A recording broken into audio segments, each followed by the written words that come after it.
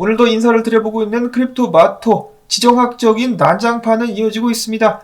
우크라이나 러시아 사태에 대해서 정상회담이 열린다. 누가 누구를 만난다. 전화통화를 한다. 우크라이나가 러시아를 공격을 했다. 아니다, 우리는 안 했다. 이러쿵저러쿵 계속해서 말이 많은 상황인데요.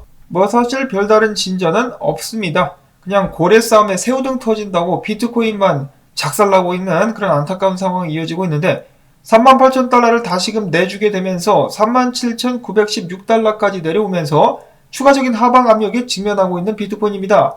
그러면서 당연히 시장은 극단적 공포에 진입을 하게 되었고 딱 이 스테이블 코인들 시총들만 보셔도 많이 올라왔죠. 테더가 3위, USDC가 5위. 사람들이 겁을 지레벗고 스테이블 코인 쪽으로 피난을 했다는 사실을 손쉽게 알아볼 수가 있겠습니다.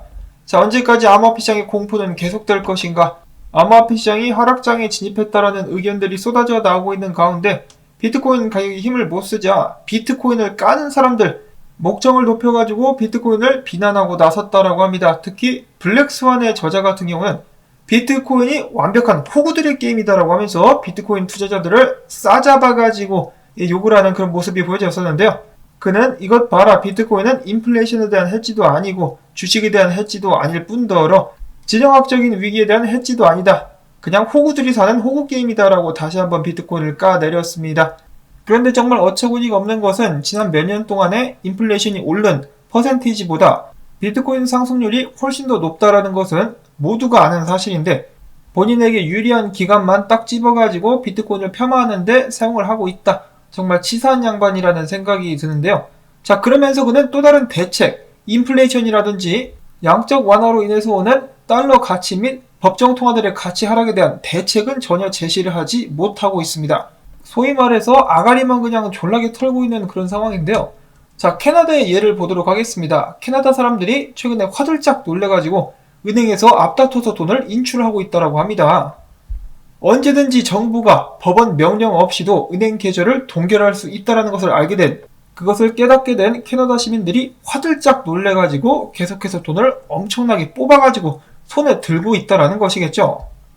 각 은행별 현금 인출량을 보시면은 정말 어마무지하다라는 것을 아실 수가 있겠습니다.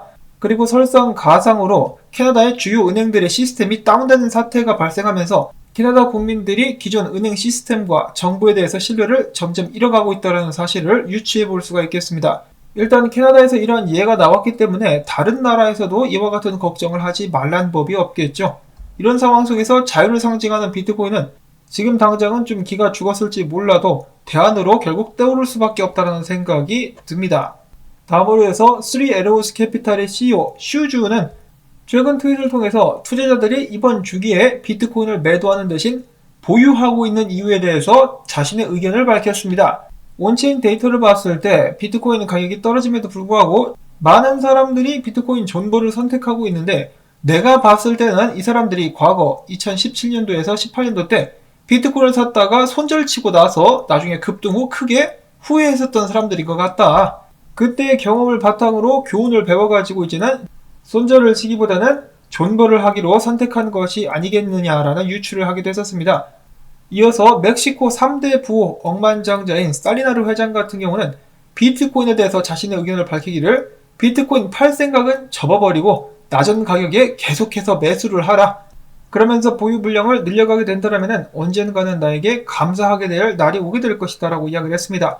비트코인의 미래를 굉장히 긍정적으로 보고 있는 것이죠. 결국에는 상승할 수밖에 없다라고 이 사람은 이미 결론을 내린 것 같습니다. 자, 비트코인 파는 사람이 있는가 하면 사는 사람들도 있다. 그래서 밖으로 1,591개의 비트코인이 이제 출금이 되는 모습이 보여지기도 했었는데요. 비트코인 가격 같은 경우는 여전히 힘을 쓰지는 못하고 있는 상황. 이런 상황 속에서 후오비의 공동 창업자는 최근 인터뷰에서 다음 비트코인 강세장은 2024년 말께나 오게 될 것이라고 이야기를 했습니다. 그 전까지는 계속적으로 하락하게 될 것이다 라고 예측을 하고 있는 것인데요. 왜 2024년 말에나 다시 한번 강세장이 오게 될 것이냐? 바로 반감기 때문입니다. 이번 상승장은 이미 끝났고 다음 반감기가 오기 전까지는 특별한 상승은 없을 것이다 라고 그는 예측을 한 것이죠. 그러면서도 그는 조심스럽게 덧붙입니다. 시장에 영향을 미치는 다른 요인들이 너무 많기 때문에 예측하는 것이 정말 어렵다. 전쟁과 같은 지정학적인 이슈, 그리고 전염병 사태, 금리 인상도 영향을 끼쳤다라고 이야기를 하고 있습니다. 근데 말 그대로 앞일을 예측하는 것이 너무 어려운 시기입니다. 이런 상황에서 역시 믿을 수 있는 것은 여러분들의 공부와 그에 따른 소신을 바탕으로 한 투자를 계속해서 이어나가는 것이 아닌가라는 생각을 해봅니다.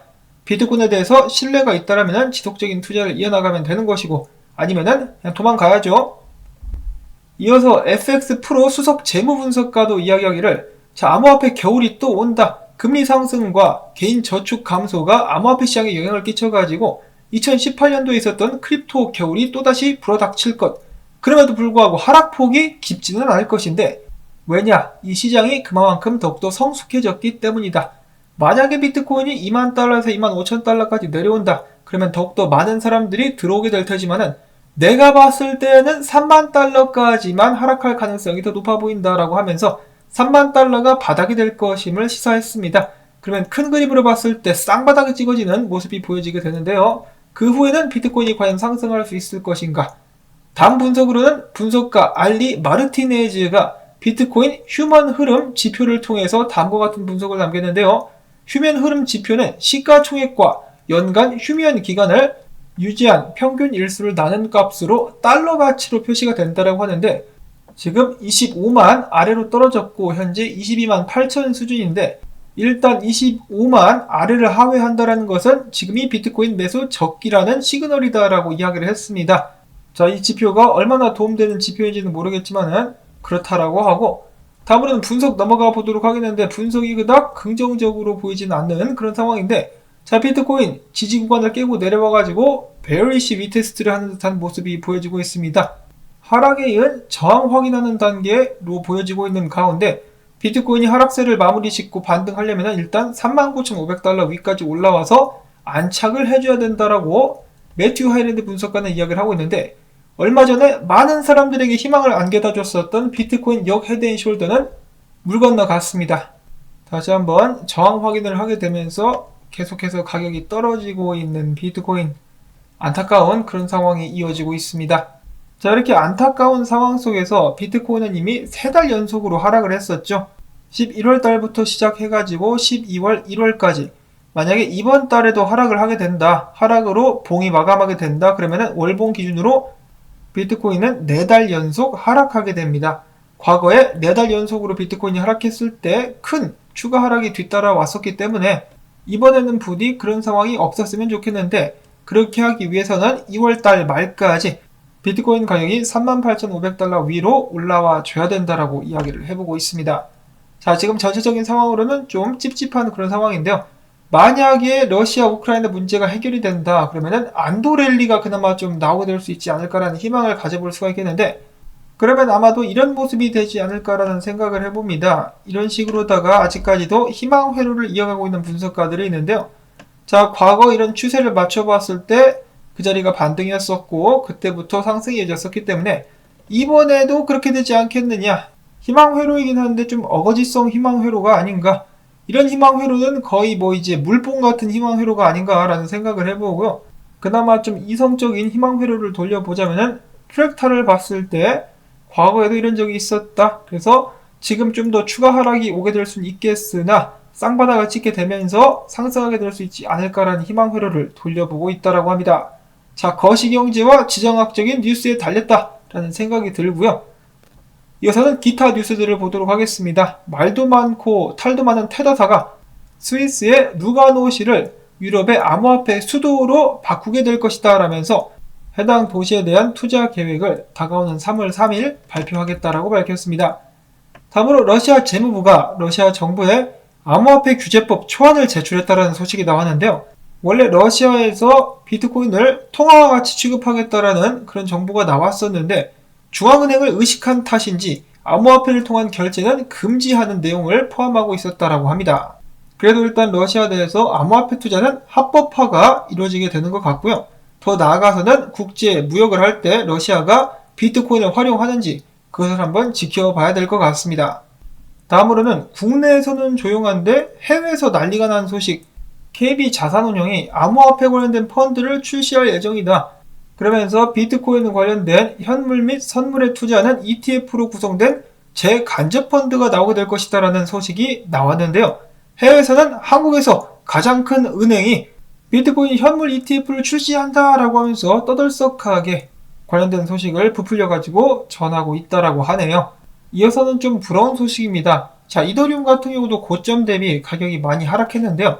그럼에도 불구하고 6년 반 동안에 존버를 했었던 고래, 사실 존버를 했었는지 혹은 지갑을 잊어버리고 있었다가 이제 기억을 한 것인지는 모르겠는데 수익률이 무려 22만%나 된다라고 합니다. 굉장히 부러운데요. 그는 1947개의 이더리움을 들고 있었다가 최근에 1024개를 이체를 시켰다라고 합니다. 수익 실현을 위해서 이체를 시킨 것일까? 굉장히 부럽다라는 생각이 듭니다. 다음으로는 검은 살쾡이 퓨마가 공식 트위터 계정을 이더리움 주소인 puma.eth로 바꿨다라고 하네요. 자, 이더리움의 지지자가 되는 것인가? 한편 최근 비탈릭 같은 경우는 나는 암호화폐의 겨울을 환영한다. 왜냐? 제대로 되지 않은 프로젝트들을 걸러낼 수 있어서 라고 발언을 해가지고 약간 논란이 되기도 했었는데요. 제가 비탈릭에게 바라는 것은 단 한 가지입니다. 올해 안정적으로 이더리움 2.0과 1.0 병합을 성공시켜 주는 것. 그렇게만 된다면 이더리움 가격은 나중에 더욱더 크게 오를 수 있을 것이라고 기대를 해보고 있습니다. 자, 마지막으로는 루나 차트를 누가 올려가지고 가지고 왔는데요. 이 분석가 같은 경우는 루나가 추가적으로 하락을 해가지고 44달러 아래까지 떨어지게 되지 않겠느냐라고 예측을 하고 있었다라고 합니다. 알트코인들의 순환시대. 그런데 이것은 기회가 될 수도 있습니다. 돈을 가장 많이 벌 수 있는 기회가 바로 하락장이기 때문에 어디가 바닥이 될지는 모르겠습니다만은 잘 지켜보고 계시다가 잘 주워가지고 꿀단지 묻어놓듯이 묻어놓고 기다리고 있으면은 몇 년 후에는 엄청난 수익률을 가져다 준다는 것을 작년과 재작년에 다시 한번 배울 수가 있었죠.